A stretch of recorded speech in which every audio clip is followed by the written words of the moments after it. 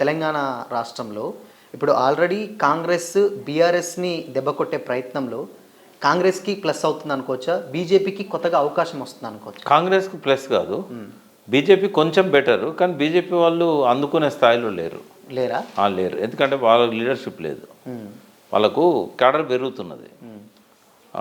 అప్పటి వేరు, పార్లమెంట్ అప్పుడు 8 సీట్లు వచ్చినాయంటే ఆనాడున్న పరిస్థితి వేరు. బట్ గ్రామాల పరిస్థితి ఏంటంటే సంచి భుజాన తలిగించుకొని చాప కింద నీళ్ళలో చాపలాగా ఈ ఆర్ఎస్ఎస్ రకరకాల వింగ్స్ ఉంటాయి కదా, వాళ్ళంతా ప్రజల్లోకి వచ్చి పనిచేస్తున్నారు. బట్ దాన్ని అందుకోగలిగే స్థాయిలో దాన్ని పోల్ మేనేజ్మెంట్ చేసుకొని ఓట్ల రూపంలో అవి సమీకరించుకొని ఒక బలమైన వ్యక్తి నిలబెట్టి సీట్లు గెలిచే పరిస్థితి బీజేపీకి ఇప్పుడు రాలేదు. ఈ ప్రయత్నం ఇంకో 7 ఏళ్ళు నడిస్తే 2033 ఆ టైం వరకు ఒక మెయిన్ స్ట్రీమ్లో బీజేపీ ఉంటుంది. మంచి లీడర్ లేడానికి వచ్చా సార్ బీజేపీ నుంచి? ఒకటి ఏంటంటే టాప్ లీడర్షిప్లో కుమ్ములాటలు ఉన్నాయి. ఒకరు ముందు పోతాంటే ఇంకోరు వెనక్కి లాగుతున్నారు. తర్వాత ఐడియాలజీని వదిలేసింది బీజేపీ. ఎటువంటి వాళ్ళు వచ్చినా తీసుకుంటున్నది, ఎందుకంటే ఎక్స్ట్రీమ్ లెఫ్ట్ నుంచి ఈటెల రాజేందర్ వచ్చినా తీసుకుంటారు, పెట్టుబడిదారుడు వివేక్ వచ్చినా తీసుకుంటారు, అట్లా అరుణని తీసుకున్నారు, ఇంకెవరెవరైనా తీసుకున్నారు. అంటే కాంగ్రెస్ నుంచి రాని, బీజేపీ నుంచి రాని, బీఆర్ఎస్ నుంచి రాని, ఎక్కడి నుంచి అన్నా రాని, వాళ్ళు ఐడియాలజీతో సంబంధం లేకుండా బీజేపీ తీసుకుంటున్నది. దానివల్ల పార్టీ పొల్యూట్ అయింది. ఇంకోటి ఆర్ఎస్ఎస్ నాయకత్వానికి వీళ్ళు లోబడి ఉండరు. ఓకే, ఎందుకంటే వీళ్ళ ఫిలాసఫీ వేరు. కాంగ్రెస్లోకి వెళ్ళి వచ్చిన వాళ్ళు, బీఆర్ఎస్లోకి వెళ్ళి వచ్చిన వాళ్ళు, వీళ్ళు ఎట్లా ఆర్ఎస్ఎస్ ఫిలాసఫీ కట్టుబడి ఉంటారు. బయటికి జై శ్రీరామ్ అన్నా కూడా వాళ్ళు ఆర్ఎస్ఎస్ విధానానికి వాళ్ళు కట్టుబడి ఉండరు. కాబట్టి అదొక బలహీనత. తర్వాత నాయకత్వ కుమ్ములాటలు జనరల్గా బీజేపీలో కమ్యూనిస్ట్ పార్టీలలో ఉండవు. కానీ ఈ సరుకంతా కల్తీ అయింది కదా, ఈ కల్తీ సరుకంతా వచ్చేసరికి కుమ్ములాటలు స్టార్ట్ అయినాయి. ఆ కుమ్ములాటల మధ్యలో ఎవరికి ఇవ్వాలనో తెలియక రామచందర్కి ఇచ్చారు. ఆయన పక్క ఆర్ఎస్ఎస్ మనిషి, నాకు 48 ఏళ్ళ కింద నా ఫ్రెండ్ ఆయన, కాలేజ్ జూనియర్. అట్లా రామచంద్రన్ మంచి వ్యక్తే, కానీ ఈ కుమ్ములాటలను ఆపగలిగే శక్తి ఆయనకు లేదు. తర్వాత ఒక క్యాండిడేట్ని 2-3 ఏళ్ళ ముందు నుంచే సీఎంగా ప్రాజెక్ట్ చేయాలి. బీజేపీలో ఆ కల్చర్ లేదు. ప్రధానమంత్రి మోడీని గెలవక ముందు ప్రాజెక్ట్ చేశారు తప్ప ఏ రాష్ట్రంలో కూడా ఒక ముఖ్యమంత్రి క్యాండిడేట్గా ఎవరిని ప్రాజెక్ట్ చేయరు. తర్వాత ప్రధానమైన స్థానంలో కిషన్ రెడ్డి గారు ఉన్నారు క్యాబినెట్ మినిస్టర్గా. క్యాబినెట్ మినిస్టర్కు సీఎం స్టేచర్ ఇద్దామంటే ఇక్కడ బీసీలకు ఇస్తామని మాట ఇచ్చారు. ఆయనే ఆ బీసీ లీడర్ని ఎదగనియాడు. ఆ బీసీ లీడర్లు ఇద్దరు కొట్లాడుకుంటాను. కిందనేమో లీడర్షిప్ లేదు, ఎవరి వర్గాలు వాళ్ళకు ఉన్నాయి. తర్వాత కింద పెట్టుబడి పెట్టి పార్టీని బలోపేతం చేసే పరిస్థితి బీజేపీ తీసుకుంటలేదు. ఈ అన్ని కారణాల వల్ల బీజేపీ అనేది నెక్స్ట్ ఎలక్షన్లో ఒక 10-15% ఓట్లకు పరిమితం అవుతుంది. ఓకే, అయితే ఇప్పుడు నెక్స్ట్ ఇప్పుడు ఏదైతే ఇప్పుడు ఉన్నటువంటి కేసులు కావచ్చు, ఇన్సిడెంట్స్, వీటన్నిటి వల్ల బీఆర్ఎస్ భవిష్యత్ అంటే ఏం చెప్తారు సార్? బీఆర్ఎస్ భవిష్యత్ చాలా పదిలంగా భద్రంగా ఉంది. వాళ్ళు ఏం చేయకపోయినా, కేసీఆర్ గారు బయటికి రాకపోయినా ఏం కాదు. ఇప్పుడు హరీష్ రావు వర్గం ఒకటి అంటారు, అవన్నీ పోయినాయి. ఇప్పుడు వర్గాలు వాళ్ళ మధ్యలో కవితను బయటకు పంపించారు. కాబట్టి ఇప్పుడు కవిత అట్లీస్ట్ చీల్చడానికి ఏం చేసినా కూడా బీఆర్ఎస్ పార్టీలో అన్ని సెటిల్ అవుతున్నాయి. ఇప్పుడు కవిత ఇష్యూ సెటిల్ అయింది, ఒక రౌండ్ తిరిగింది, అందరు నాయకుల మీద కామెంట్స్ చేసింది, వాళ్ళే రిటాలియేట్ చేశారు. ఇప్పటివరకు పార్టీలో ఉన్న అగ్రనాయకులు ఎవరు కూడా కవిత మీద స్పందించలేదు. ఎందుకంటే ప్రజల్లో దానికి పెద్దగా ఎవరు పట్టించుకోవట్లేదు. ఆమె కూడా వెనక్కి తగ్గింది. ఇప్పుడు హరీష్ రావుకు కేటీఆర్ మధ్యలో మంచి చక్కటి సంబంధం ఉంది. వాళ్ళు ఇద్దరు ఎక్కడున్నా కలిసే ఉంటున్నారు. వాళ్ళు ఏమీ విడివిడిగా ఉండట్లేదు. ఎవరి వర్గాన్ని వాళ్ళు ఎంకరేజ్ చేసుకోవట్లేదు. వర్గాలు ఏం లేవు. వాళ్ళ కేసీఆర్ గారు సింహం అడవిలో ఉన్న ప్రజల మధ్య ఉన్న సింహమే. ఆయన ఒక్కసారి బయటకు వచ్చిందంటే మొత్తం ఛానళ్ళన్నీ ఆయన చుట్టే ఉంటాయి. హెల్త్ కూడా సహకరించాలి. నెక్స్ట్ బ్రహ్మాండంగా ఉంది ఆయన హెల్త్. నేను మొన్న 8 అవర్స్ ఉన్నా ఆయనతోని కలిసారు. 8 అవర్స్ నేను జస్ట్ 10 నిమిషాల కోసం కలవడానికి పోయినా, కూర్చోమంటే అట్లే కూర్చున్నా. 8 అవర్స్ ఉన్నా, పర్ఫెక్ట్ ఉన్నాడు ఆయన. కుర్చీలోకి లేవని కూడా లేవలేదు. కనీసం నేను 2 సార్లు యూరినల్స్ పోయినా కానీ ఆయన ఒక్కసారి లేవలేదు, సిగరెట్ కూడా తాగలేదు. పర్ఫెక్ట్ ఉన్నాడు ఆయన. ఏం ప్రాబ్లం లేదు ఆయనకి, ఏం ప్రాబ్లం లేదు. ఓకే, అయితే ఇప్పుడు ఇవన్నీ పక్కన పెడితే హరీష్ రావు గారిది ఏదైతే ఇప్పుడు ఆ కేసు విషయంలో ఆయన దూకుడుగా వ్యవహరిస్తున్నారు, కొంచెం అతిగా అంటున్నారు. సో ఆయన మైండ్ సెట్ అంటే ఎలా ఉంది, ఈ కేసు పట్ల ఎలా ఉంది అనుకో? హరీష్ రావు డే 1 నుంచి ఇప్పటిదాకా ఒక తీరే ఉన్నాడు. ఆయన ఎప్పుడూ అతిగా దూకుడు చేయడు, ఏదో నిర్లిప్తతతో నిరాశతోని కుంగిపోయింది కూడా లేదు. ఆయనకు మంత్రి పదవి ఇవ్వనప్పుడు కూడా కుంగిపోలేదు, మంత్రిగా ప్రమాణ స్వీకారం చేసినాక పొంగిపోలేదు. ఇవన్నీ ఆయన గోళీలాట. హరీష్ రావు లాంటి వ్యక్తికి 25 ఇయర్స్ నుంచి ఆయన ఎదుగుదలను చాలా క్లోజ్గా చూస్తున్న వ్యక్తిని. కాబట్టి ఆయన ఎప్పుడూ ఒక తీరే ఉంటాడు.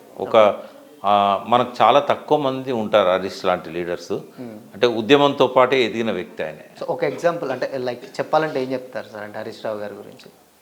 ఎవరైనా రాజకీయ నాయకుడిగా ఉండాలి అని అనుకుంటే హరీష్ రావు ఒక పెద్ద విశ్వవిద్యాలయం, ఓకే, ఆయన నుంచి నేర్చుకోవాలి అంతే. ఓకే, సో అయితే ఇప్పుడు మేజర్గా ఇప్పుడు హైదరాబాద్ జిహెచ్ఎంసీ ఏదైతే ఉందో దీంట్లో సో ఇంత మునుపు ఒకటే ఉండేది, ఇప్పుడు 3 కార్పొరేషన్లు 3 మేయర్లు అనేటువంటి ఒక కాన్సెప్ట్ తీసుకొచ్చే ప్రయత్నం తీసుకొస్తున్నారు. సో దీంట్లో ఇది చేయడం వల్ల రాజకీయంగా ఇటు కాంగ్రెస్ కావాలని చేస్తుంది అనుకోవచ్చా, లేకపోతే దీన్ని ఎలా చూడొచ్చు సార్ అసలుకి? ఇది అత్యంత ఎక్కువ నష్టం మజ్లిస్కి. మొత్తం హైదరాబాద్ మీద షేన్షా లాగా నా పెత్తనం ఉందని చెప్పుకుంటున్న ఓవైసీని ఒక మూలకు నెట్టి పడేస్తున్నారు. ఓకే, ఇక నీకు ఇంతేరా బాబు, నువ్వు మీలో ఒక 3 కార్పొరేషన్లలో కూడా ఒక మూలకు పడి ఉండాలి నువ్వు అని నెట్టేస్తున్నారు. ఇంకా ఆయన రోల్ చాలా మినిమైజ్ అయిపోతుంది. హైదరాబాద్ కార్పొరేషన్లోకి వస్తాయేమో బహుశా ఓల్డ్ సిటీ, అందులోకెళ్ళి కొన్ని సైబరాబాద్ తీసుకొని కొన్ని రాచకొండకు తీసుకున్నారు అనుకో, అంటే మేడ్చల్ అని పేరు పెడుతున్నారు.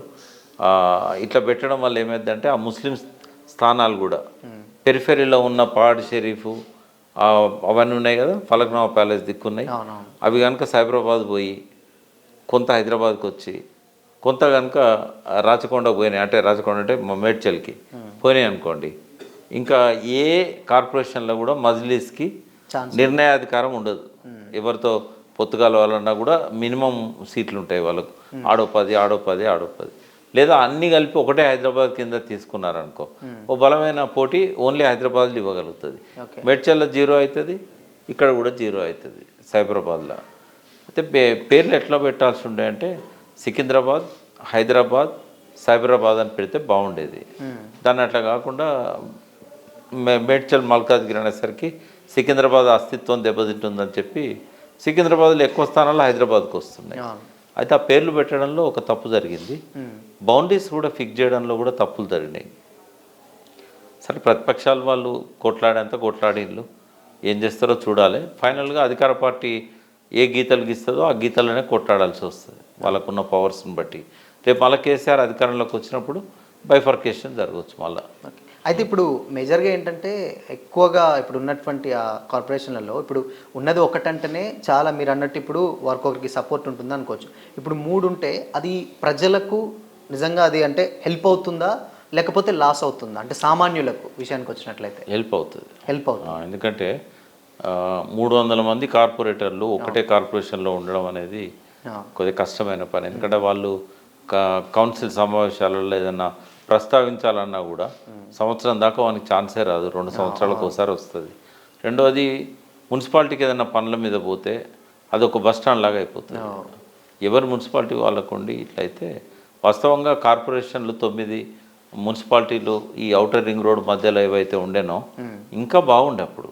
ఇప్పుడు దాన్ని అంతా కలపడం వల్ల ఇది నష్టమే అవుతుంది. బట్ ఒకటే కార్పొరేషన్లో ఉంచేదానికంటే 3 కార్పొరేషన్లు కొంచెం బెటరు. ఈ 3 కార్పొరేషన్ల కంటే ప్రస్తుతం ఉన్న వ్యవస్థ ఇంకా బెటర్. అంటే ఎక్కడికక్కడ నాగారం మున్సిపాలిటీ, నాగారపుల్లంతా మున్సిపాలిటీ పోయి పనులు చేయించుకుంటారు. దాన్ని అంతా క్లబ్ చేయడం అనేది ఒక కుట్ర ఉన్నది దాని వెనకాల. అదంటే రేపు దీన్ని సెకండ్ క్యాపిటల్ చేయాలని అట్లా చేయాలనే ఆలోచనలు ఏవైతే ఉన్నాయో ఆ కుట్రలో భాగంగా చేస్తున్నారు. వాస్తవంగా ప్రజలకు ఎప్పుడు సౌకర్యం అంటే ఈ రేవంత్ రెడ్డి పుట్టి పెరిగిన టీడీపీ ఏదైతే ఉన్నదో, పుట్టింది టీఆర్ఎస్ఏ కానీ పెరిగింది టీడీపీ కాబట్టి ఆ టీడీపీలో ఎన్టీ రామారావు తహసీల్ వ్యవస్థను, అంటే ఒక నియోజకవర్గానికి ఒక తహసీల్ ఉన్న రోజుల్లో, 1-2 తహసీల్ ఉన్న రోజుల్లో పరిపాలన వికేంద్రీకరణ అనే పేరుతోని ఈ మండలాలు చేశాడు. చాలా రిలీఫ్ ఉన్నది అది మండలాలు చేయడం వల్ల. కేసీఆర్ 9 జిల్లాలను 32 జిల్లాలు చేశాడు. చాలా రిలీఫ్ ఉంది. కలెక్టర్ పొద్దున బయలుదేరిండంటే లంచ్ టైం వరకు ఆ జిల్లా మొత్తం తిరిగి వస్తాడు. ఎవరైనా పొద్దున బయలుదేరి పని కోసం వచ్చి సాయంత్రానికి ఇంటికి పోయేవాళ్ళు రైతులు. ఎప్పుడైనా ఎంత చిన్నగా ఉంటే అంత మంచిది. అయితే ఈడున్న మున్సిపాలిటీలను కార్పొరేషన్లను అన్నీ తీసుకొచ్చి ఈ మూడిట్లా కలపడం అనేది అది రాంగ్ స్టెప్. అది ప్రజలకు అసౌకర్యం అది. బట్ ఒకటే కార్పొరేషన్ ఉండే బదులు ఈ 1,40,40,00,000 మంది ఉన్నారు హైదరాబాద్లో. సరే ఓటర్లను పిల్లల్ని తీసేస్తే 1,000,000 ఓట్లు ఉంటాయి. ఈ 1,000,000 ఓట్లను ఒకటే కార్పొరేషన్ చేసే బదులు 3 చేయడం అనేది కొంచెం గుడ్డిలో మెల్ల ఉన్నది ఉన్నట్టే ఉంటే ఇంకా బాగుండేది. వాటిని స్ట్రెంథన్ చేసి ఇప్పుడు నేను తుమ్ముకుంటలో ఉంటా. తుమ్ముకుంట మున్సిపాలిటీ ఉంది కదా, మాకు ఈజీ ఉండేది. ఇప్పుడు ఎక్కడికి పోవాలి మేము? కీసరా పోయి ఆ మున్సిపల్ ఆఫీస్ పోవాలి. ఈ జిహెచ్ఎంసి ఆ ఏరియా వింగ్ అంతా కీసర్లో ఎక్కడనో పెట్టారు. సో అంటే అట్లా మళ్ళీ దాన్ని చేంజ్ చేసే ఛాన్సెస్ లేకపోతే ప్రభుత్వం అనుకుంటే ఏమన్నా ఛాన్సెస్ కేసీఆర్ గారు వచ్చినాకనే అవుతుంది. అయితేనే ఇక్కడ కాంగ్రెస్ ఉన్నప్పుడు అవ్వదండి, వాళ్ళు చేయరు. ఓకే. అయితే ఇంకొక విషయం ఏంటంటే ఇప్పుడు వార్డుల పునర్విభజన అనేది కూడా తీసుకొస్తున్నారు. సో దీనివల్ల ఈవెన్ లోకల్ లీడర్స్కి ఏదైతే ఉన్నాయో వాళ్ళకు తంగులాటలు జరుగుతాయా, లేకపోతే అదేమైనా హెల్ప్ అవుతుందా మరి? అంటే ఎప్పుడైనా లోకల్ లీడర్స్ అంటే రిజర్వేషన్స్ తేడా వస్తే కూడా వాళ్ళ సీట్ పోతుంది కదా. లీడర్ అనేవాడు కేవలం ఒక డివిజన్కే పరిమితమై ఉన్నాడు, ఒక ఏరియా మొత్తానికి ఉంటాడు. కాబట్టి పెద్దగా ఫరక్ పడేది ఏమి ఉండదు. సో అంటే ఈ వీళ్ళకు పెద్దగా ఎఫెక్ట్ చూపిస్తుంది అనుకోవచ్చు. వాడు లీడరే కాడు, కేవలం ఒక చిన్న డివిజన్ పరిమితం అయితే లీడరే కాడు. కాబట్టి లీడర్ అనేవాడు ఒక టవరింగ్ పర్సనాలిటీ లాగా ఎదగాలి. ఇప్పుడు ఇక్కడ నుంచి షామీర్పేట ఉంది, కంటోన్మెంట్ ఒక ప్రాంతం, తిరుమలగిరి ఏరియా ఒక ప్రాంతం, అవతల ఒక ప్రాంతం, అందులో ఒక 4-5 డివిజన్లు వస్తాయి. ఆ 4-5 డివిజన్లు ఎక్కడ తనకు రిజర్వేషన్ ప్రకారం అవకాశం ఉంటే అక్కడ పోటీ చేయాలి. ఇక నేను ఇప్పుడు బోలక్పూర్ డివిజన్లో ఉన్నా, నాకు అక్కడ మైలా వచ్చింది, లేకుంటే నా డివిజన్ 3 ముక్కలు చేశారు, ఇటు కొంత కలిపారు. ఇది ఏం లీడర్షిప్ అది? ఏ పార్టీకైనా అట్లాంటి లీడర్స్ పెద్దగా ఎదగలేరు. పార్టీ బలంతోనన్నా గెలుచుకోవాలి, సొంత ఇమేజ్తోనన్నా 4-5 డివిజన్లలో ఎదగాలి లీడర్ అనేవాడు. అట్లా. ఓకే. సో ఫైనల్గా ఇప్పుడు ఒకవేళ ఈ 3 విభాగాలు సంబంధించినటువంటి విషయం మాట్లాడుకుంటే హైదరాబాద్ రాజకీయం ఎలా ఉంటుంది అనుకోవచ్చు సార్? అంటే ఇప్పుడు ఇక్కడ పరిస్థితి కొంచెం డిఫరెంట్గా ఉంటుంది. ఎందుకంటే కొంత బీజేపీ ఎక్కువ కాన్సన్ట్రేట్ చేస్తున్నది, ఇక్కడ మజ్లిస్ ఎక్కువ ఉన్నది. కాబట్టి వాళ్ళు ముస్లిం పోలరైజేషన్ చేస్తే వీళ్ళు హిందూ పోలరైజేషన్ చేస్తారు. బహుశా నేను అనుకుంటా ఈ ఎలక్షన్ల కంటే కొంచెం ముందే మళ్ళీ మత ఘర్షణలు కొంత జరగవచ్చు. ఎందుకంటే బీజేపీ తను గెలవాలంటే ఇట్లాంటివి చేస్తుంటుంది. ఏది ఎట్లున్నా కూడా ఏ పార్టీకి సంపూర్ణ మెజారిటీ ఎందులో రాకపోవచ్చు. అధికార పార్టీ కాంగ్రెస్ ఉంది, దాని బలం దానికి ఉంటుంది. టీఆర్ఎస్ ఆల్రెడీ కౌన్సిల్లో ఇదివరకు 2 సార్లు గెలిచింది. కాబట్టి ఓట్స్ డివిజన్ అవుతాయి. కొంచెం డబ్బు ప్రభావం ఎక్కువ ఉంటుంది. మన జూబ్లీస్లో చూసినాం, రాత్రి ఫలితం తారుమారైంది. గ్రౌండ్ లెవెల్లో ఉంటాయి, గ్రౌండ్ లెవెల్లో ఫలితం తారుమారైంది. ప్రజలు స్వేచ్ఛగా వాళ్ళు ఇష్ట ప్రకారం ఓటేసే పరిస్థితి లేదు, ప్రలోభాలకు గురవుతున్నారు. కాబట్టి మిక్స్డ్ రిజల్ట్స్ వస్తాయి. ఎక్కడికక్కడ వేరువేరు శక్తులతో కలిసి ఒక కంబైన్డ్గా పెట్టాల్సిన పరిస్థితి వస్తుంది. ఒకే పార్టీగా రాకపోవచ్చు ఎవరికి. గత అసెంబ్లీ ఎన్నికలు చూసుకుంటే కాంగ్రెస్ అంటే కంపేర్ చేయరాదు పాలిటిక్స్. అంటే ఫస్ట్ మేము ఏమంటున్నాం, గత అసెంబ్లీ ఎన్నికలు చూస్తే కాంగ్రెస్ ఎక్కడ కూడా గెలవలేదు, అంటే సిటీ ఏరియాలో ఎక్కడ గెలవలేదు. ఈసారి మరి మున్సిపల్ అంటే జిహెచ్ఎంసీ ఎన్నికల్లో ఎలా ఉంటుంది? ప్లస్ అవుతుంది కదా కాంగ్రెస్కి, ఎందుకు అంటే అధికార పార్టీ కాబట్టి. మన జూబ్లీస్లో వాస్తవం కాంగ్రెస్ గెలవపు.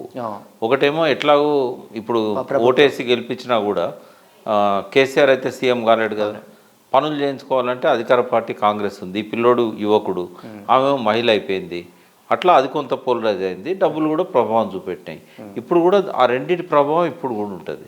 కాబట్టి అంత బలహీనంగా ఏముండదు కాంగ్రెస్. కొంత కాంగ్రెస్ కూడా పోటీ గట్టిగానే ఇస్తుంది, అంటే డబ్బు ప్రభావం కావచ్చు, అధికార ప్రభావం కావచ్చు. సెకండ్ ఏంటంటే మజ్లిస్ తన స్థానంలో తను షేన్షా, అక్కడ ఎవరు కొట్టలేరు. బీజేపీ వాళ్ళని చూపెట్టి కొంత ఓటు తెచ్చుకోగలుగుతుంది. బీఆర్ఎస్కు సంస్థాగతంగా తనకున్న ఒక బలమైన ముద్ర తనకుంది. కేటీఆర్ ఒక పెద్ద అసెట్ వాళ్ళగా అర్బన్లో చాలా చేశాడు ఆయనే. దాని మీద ఒక బుక్ రాయొచ్చు, హైదరాబాద్లో 10 ఏళ్ల కాలంలో జరిగిన అభివృద్ధి మీద ఇంకెవరు చేయలేదు ఎప్పుడు. కాబట్టి ఎవరి ప్లస్ పాయింట్స్ వాళ్ళకు ఉన్నాయి. సంకీర్ణంగా ఉంటుంది, మిశ్రమ అంటే కౌన్సిల్లో కొన్ని కలిస్తేనే మేయర్ స్థానాన్ని తీసుకునే పరిస్థితి ఉంటుంది. ఓకే. సో మొత్తంగా ఈ 3 డివిజన్లు ప్రాసెస్ అనేది ప్రజలకు హెల్ప్ అవుతుంది అనుకోవడంలో డౌట్. అంటే ఒకదాని బదులు 3 ఉంటే కొంచెం బెటరు. అసలు ఉన్నదాన్ని అట్లే ఉంచితే ఇంకా బాగుండేది అనేది నా అభిప్రాయం ప్రజల కోణంలో.